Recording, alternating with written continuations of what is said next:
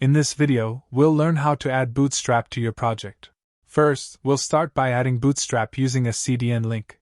Here, I've already created a folder, and I'll open it with my VS Code. Next, let's create an index.html file in the root directory. Now, I'll add the HTML boilerplate using VS Code's built-in shorthand tool. We'll then visit the official Bootstrap website and ensure we're using the latest version. Now, we'll browse through Bootstrap's official documentation and then head to the Download tab. On the Download page, we'll find the CDN link to add to our project. First, we'll copy the bootstrap.min.css CDN link and paste it before the closing head tag.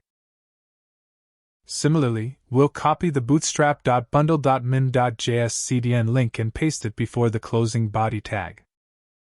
With this, we have successfully integrated Bootstrap into our project. Now, let's check if the integration is working by applying the text center class to a heading element. As we can see, the heading is aligned to the center, which means it's working fine.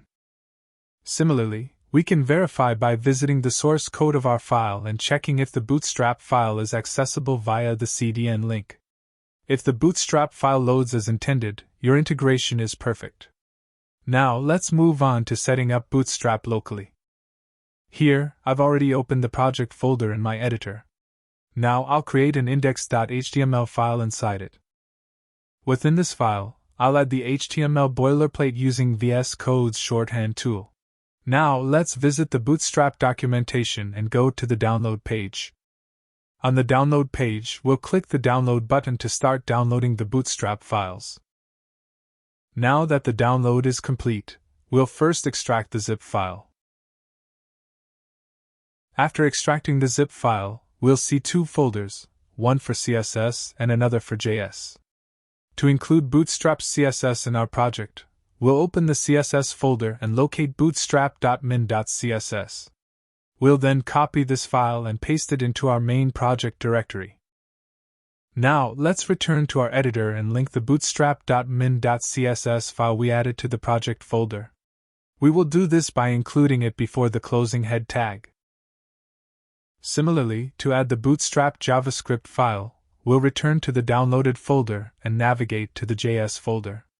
Here, we'll copy the bootstrap.bundle.min.js file and paste it into the root directory of our project. Now that we've added the Bootstrap JS file, we'll include it using a script tag just before the closing body tag. With this, we've successfully integrated Bootstrap into our project without using a CDN link. Finally, let's verify our integration by adding the text center Bootstrap class to a heading element. Since our heading is now aligned centered using the Bootstrap class, the integration is successful. Additionally, we can verify the integration by checking the source code. If the file path loads Bootstrap correctly, the implementation is successful. That's it! We've successfully integrated Bootstrap using both CDN and local methods. Also, I've covered many Bootstrap-related projects on this channel. Be sure to check them out.